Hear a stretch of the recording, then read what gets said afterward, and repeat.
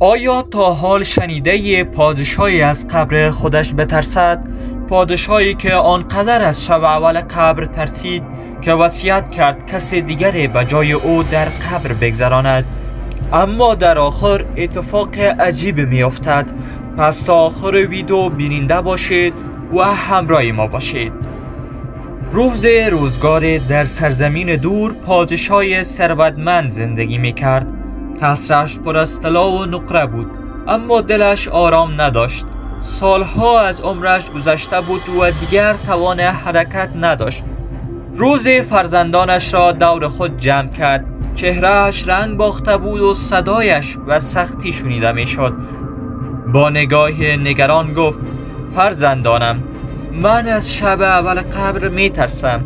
اگر مردم خواهش می کنم کسی دیگری را به جای من در قبر بگذارید.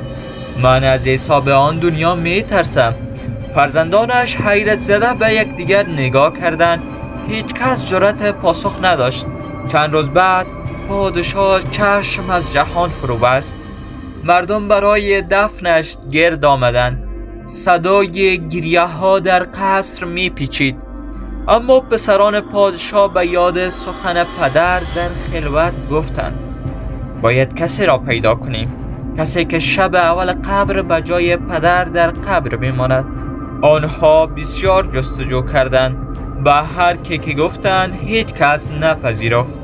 همه می ترسیدند، تا اینکه در دل کوهستان چوب شکن فقیر را یافتند. مرد ساده با چهره آفتاب سوخته، تبر کهنه در دست و گونه چوب بر دوش. پسران پادشاه به او گفتند: ای مرد، اگر فقط یک شب در قبر بمانی تا آخر عمرت ثروتمند خواهی شد. مرد فقیر در آغاز پیشنهاد پسران پادشاه را قبول نکرد، اما در نهایت پسران پادشاه پیشنهاد ثروت هنگفت را به او دادند. او نزد خود فکر کرد که فقط یک شب باید بگذرانم و بعد از یک شب زندگیم کاملا تغییر خواهد کرد و پیشنهاد پسران پادشاه را پذیرفت. شب فرا رسید و قبر پادشاه آماده بود. مردم رفتند و سکوت همه جا را فرا گرفت. مرد فقیر را در قبر گذاشتند و قبر را بستند. چند لحظه گذشت. ناگهان صدای رعدآسا در تاریکی پیچید و این طناب از کجا آمد؟ این تبر را چگونه به دست آوردی؟ آیا حلال بود و یا حرام؟ مرد از ترس لرزید. میخواست چیزی بگوید، سؤال دیگری از غیب شنیده میشد. چرا این درخت را بریدی؟ برای چه؟ از چه راه نان خوردی؟ شب طولانی بود، پر از هراس و حسابرسی. صبح که شد پسران پادشاه به قبرستان رفتند. خاک را کنار زدند. همین که قبر باز شد مرد در حال دوه شد. پسران پادشاه از پشت مرد فقیر دویدند و مرد ایستاد. پسران پادشاه به آن مرد گفت: ای مرد، چرا می دوی؟ چرا آنقدر هراسان هستی؟ حداقل مزدت را بگیر. مرد فقیر نگاه پر از وحشت به آنها کرد و گفت: دیگر هیچ مزد نمی خواهم.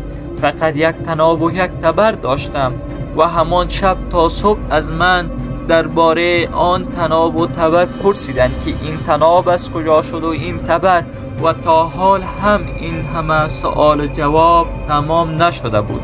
اگر من این همه ثروت را از شما بگیرم چگونه جواب آن را خواهم داد؟ در این دنیا هر چیز حساب دارد، چه کم چه زیاد، و هر کس در پیشگاه خداوند جوابی دارد. پیش از آن که مال و مقام کسب بکنیم بیاندیشیم که از کجا به دست آمده و در کجا مصرف می شود. برای بسته های معلوماتی دیگر و برنامه های آموزشی لایک و سابسکرایب چینل ما را فراموش نکنید.